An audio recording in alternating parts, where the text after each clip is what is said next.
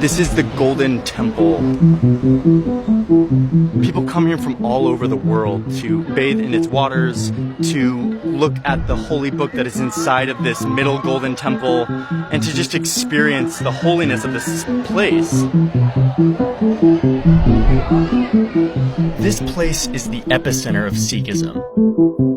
It sits right here in northern India, in a city called Amritsar. Close by, there's another important Sikh site called Kartarpur. It was established by the founder of Sikhism 500 years ago. It's the place where he spent the last years of his life, and it is the second holiest place in Sikhism. For centuries, Sikhs have been able to make pilgrimage between these two sites, to move freely throughout their heartland. But in 1947, a British lawyer drew a border here, turning what had been British India into two new countries, India and Pakistan. I can only call it the most sort of bizarre lines which were ever drawn across a map. It went right here, with the Golden Temple on one side and Kartarpur on the other. Thanks to this border, Sikhs in India are now cut off from their holy site. So many come here, to a platform that the Border Patrol set up.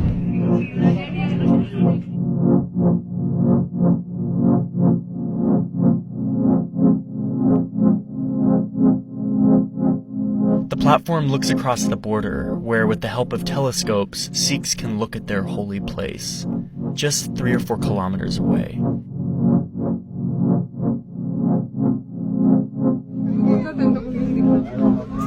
In addition to cutting off communities from their sacred sites, this border separated families, cut across rivers, forests, farms, railroad tracks.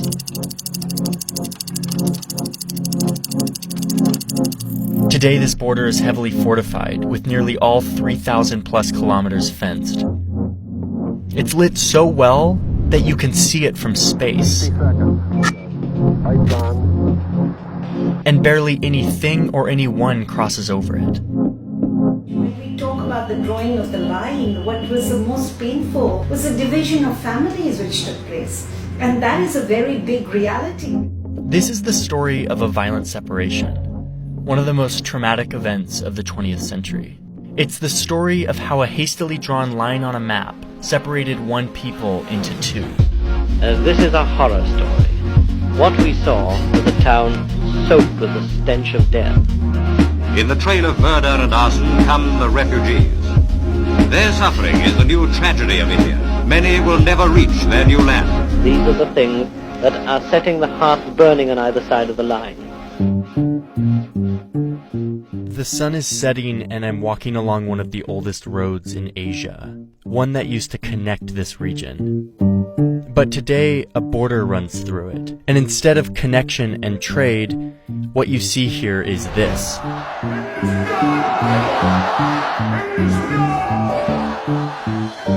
There's barbed wire, there's fences, there are officers everywhere, and yet there's also ice cream and popcorn and paraphernalia. This feels like a sporting event. You can buy keychains of machine guns.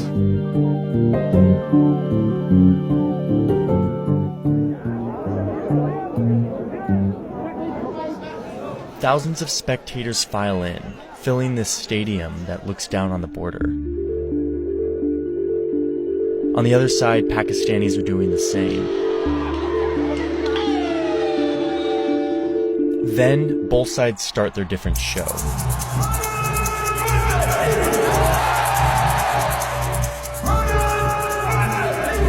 Two hours of chanting and dancing.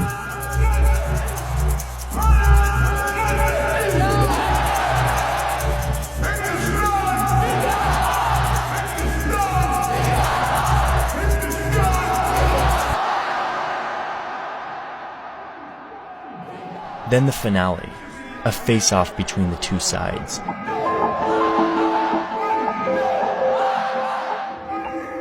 They strut back and forth in this coordinated choreography.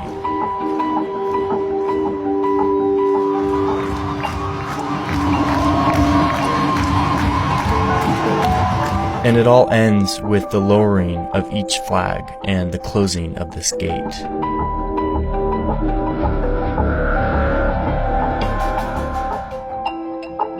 This bizarre border show plays out every evening. But this ceremony, this fence, this intense nationalism, if you rewind just a little in time, none of this existed. The British controlled parts of India for nearly 200 years, but by 1947, a strong movement of independence was swelling across the subcontinent. While back in Britain, the country was in massive debt after fighting World War II and didn't have the resources to hold on to their colony. So, they started making plans to leave India. British officials thought that a proper transfer of power would probably take around 5 years. But when the British leader in charge arrived in early 1947, he hastily decided to shrink their exit timeline. And so what needed 5 years would now need to be done in just 4 months. British India was to be split into 2 independent nations, a mostly Muslim Pakistan and a Hindu majority but officially secular India. To do the actual drawing of the border, the British brought in a lawyer from London. He arrived the month before the British were supposed to leave India. He hadn't been to British India before and didn't know much about the region. He had no idea about India, no idea about Indian geography, no idea about Indian politics. And yet he was the one drawing the lines on the map that would affect millions of lives. During his visit, this British lawyer looked at maps and census data, focusing on the maps that showed religious identity of people in India.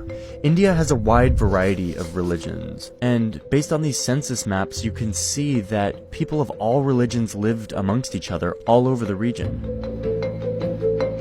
So to draw the line, the British lawyer looked at individual districts, putting any district that had a Muslim majority population into the new country of Pakistan, while Hindu and Sikh majority districts would be kept within India.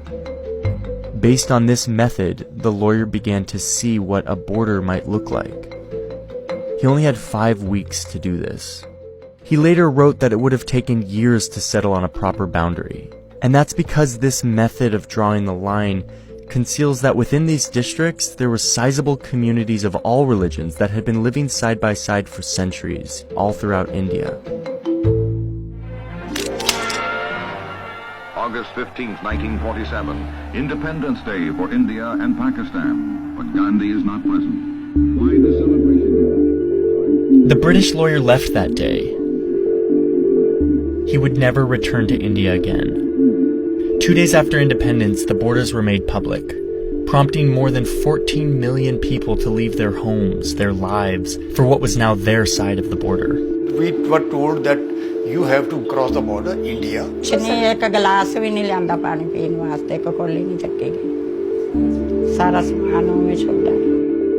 Hindus and Sikhs from Pakistan moved into India, and many Muslims in India moved into the new Pakistan.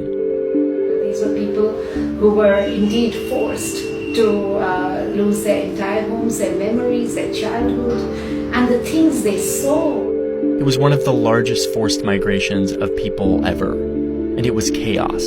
A chaos that led to widespread unspeakable violence, cities on fire, sexual violence against women, trains full of dead bodies.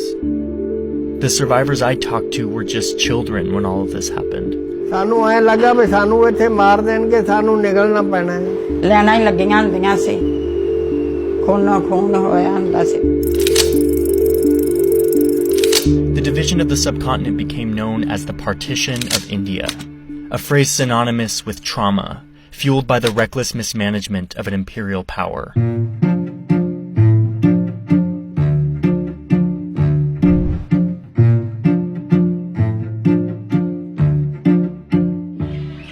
I'm in a small village right near the border on the Indian side that used to be a Muslim community before partition. And in the middle of town is this shrine where residents would conduct ornate Muslim burial practices on these graves.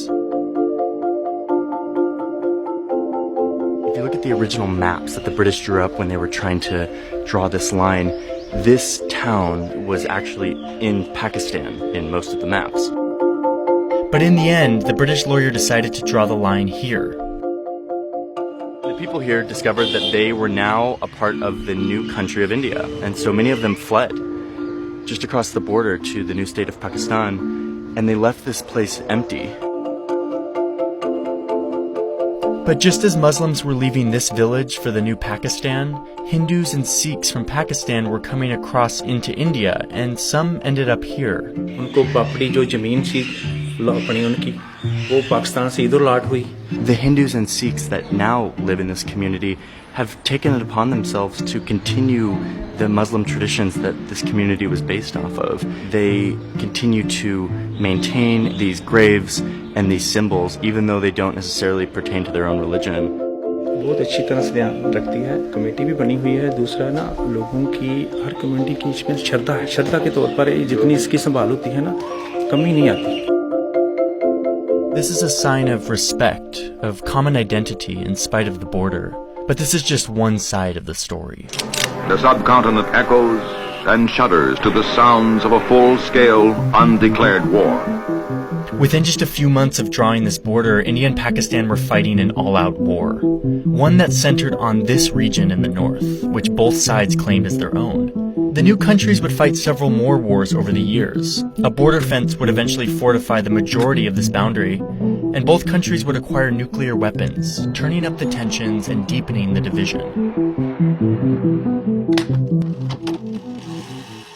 But if you take away the geopolitical bluster, the nukes, the barrier, the trauma of partition, you can still see how much these two countries have in common. I'm at a school in Delhi. Students are Skyping with a school in Pakistan. अच्छा हिंदुस्तान जो है वो partition से पहले ना हम और Indian साथ मिलकर रहते थे.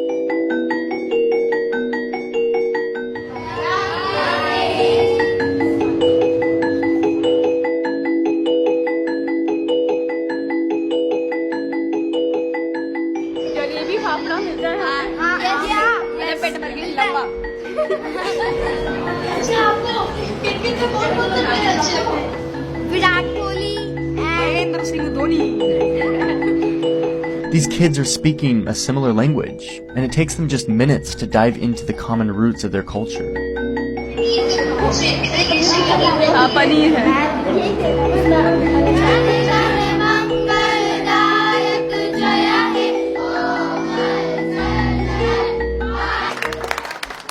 This shared identity that these kids are feeling isn't uncommon in India or Pakistan. Same language, same taste, same food. Whereas Hindus and Muslims and Sikhs used to live together, attend each other's social functions, marriages, everything. Why this divide now? If you stand in the walled city in Amritsar and you stand in the walled city in Lahore, believe me, the smells, which is a kind of giveaway, are the same.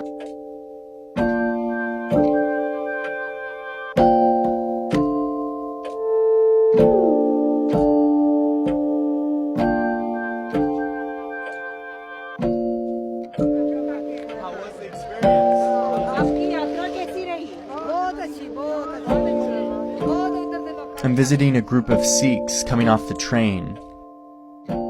They were able to get a visa to go visit this religious site that most have to see through a telescope.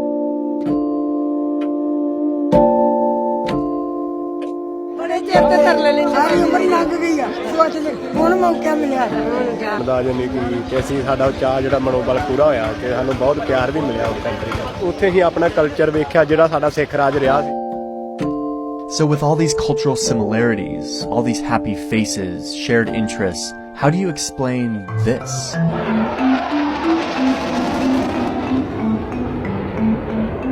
You see, it is the politician who poisons people's minds. Hindustan दुनिया में software export करता है और आपके हुक्मरान टेररिस्टों को export करते हैं. The divide is created, nurtured, fostered because it suits a certain politics. Over the years, politicians on both sides have exploited tension with the other side to stoke feelings of nationalism. और हम उसको तेज करेंगे और पूरे विश्व में आपको अकेला रहने के लिए हम मजबूर करके रहेंगे। दोनों देशों में नफरत का कारण है मेरे लीडर, चाहे वो पाकिस्तान के लीडर हो या हिंदुस्तान के लीडर हो, ये शांति नहीं चाहते।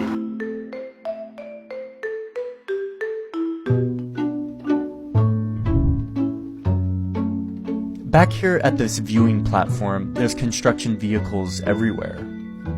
For years, the Sikhs have lobbied for easier access to their holy site.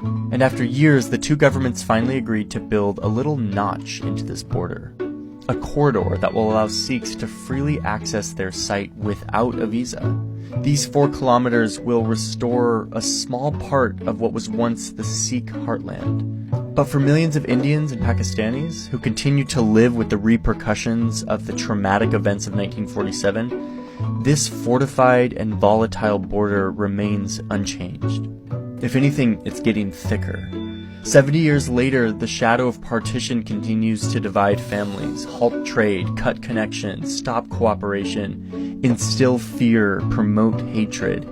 And the people who live in its shadow, on both sides, old and young, continue to live with this division that's superimposed upon their history of deep connection.